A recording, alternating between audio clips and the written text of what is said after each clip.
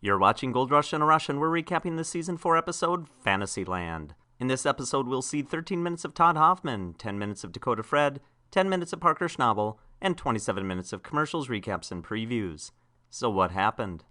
After last week's cleanout earned him 20% less than the week before, Parker's worried his pay streak is ended and is unsure what to do.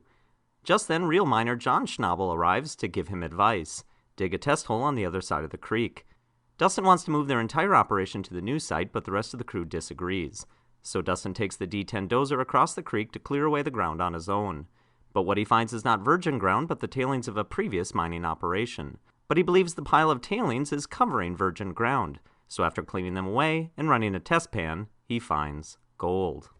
Dustin is breaking ground at Cahoon Creek, but only has fuel and supplies for 1 week. But within minutes, the wash plant's engine stalls. The shaker is vibrating so violently it is forcing air into the gasoline, stalling out the engine. Using an old pallet, they build a separate platform for the fuel, and then all is well, proving he is Fred's son. Dustin returns to digging and believes he has found bedrock 8 feet down, but can't tell because the pit is full of water. He is forced to use his only pump to move water out of the pit and into the running trommel, but the water is too dirty and clogs the spray nozzles and stops the pump from working. But they clear the nozzles, prime and restart the pump, and get back to work. At the end of the week, they return to Porcupine with their concentrated material and discover it contains nothing. This week's random challenge to save Todd HOFFMAN's season requires him to find 30 diamonds by the end of the week.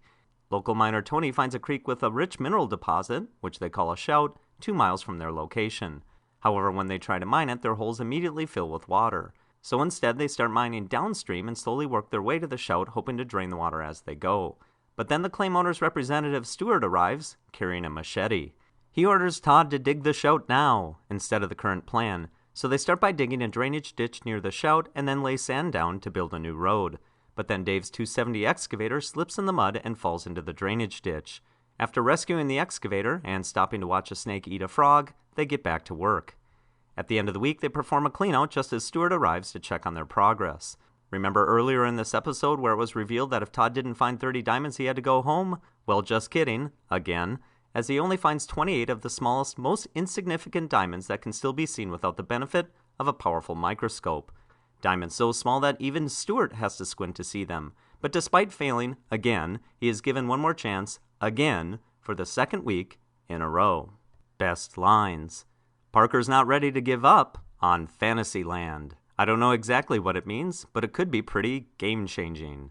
Is it enough? I don't know. Are we going to be successful? I don't know. All right, I'm done. 3 zeros. I'm out. He's having a frog for breakfast. Join us next week when Todd HOFFMAN will be given one more chance before his final warning until he has one more shot for his last opportunity.